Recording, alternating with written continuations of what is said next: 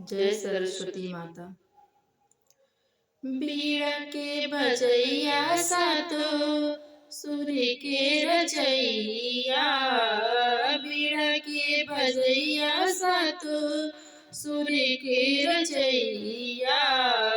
हंस पे सवार होके आजा मोरी मैया, हंस पे सवार होके आजा मोरी मैया।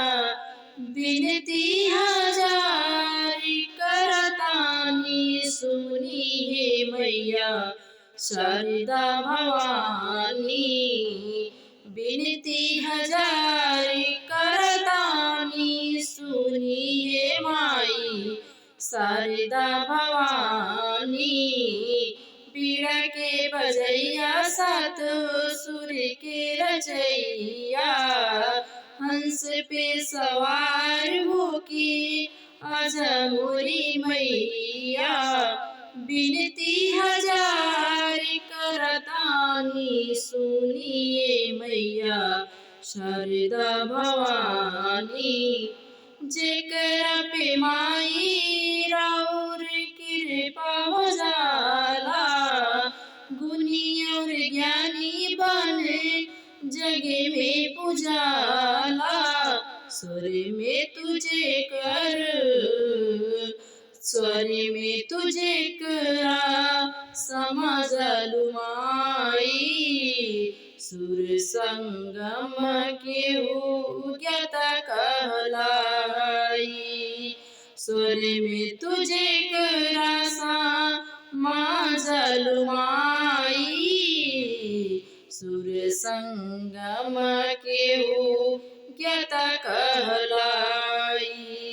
मूर्ख बने जाला महाज्ञानी,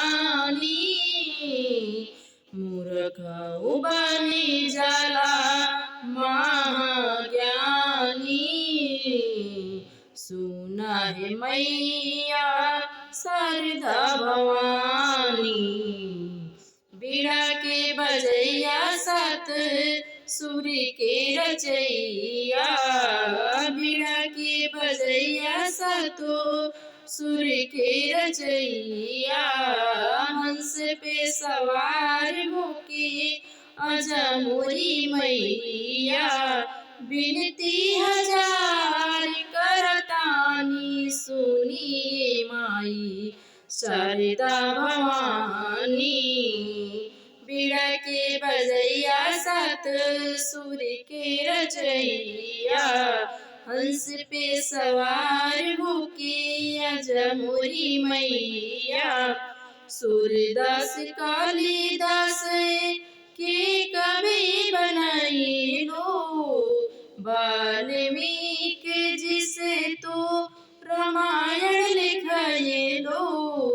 रामचरित मानस के दिल रचना, तुलसी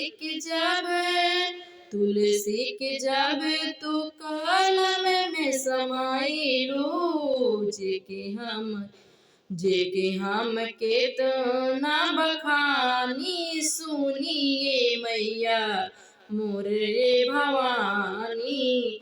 जेके हम केतना बखानी सुनिए मैया शारदा भवानी। बीड़ा के बजैया सात सुर के रचैया, हंस पे सवार होके आजा मोरी मैया।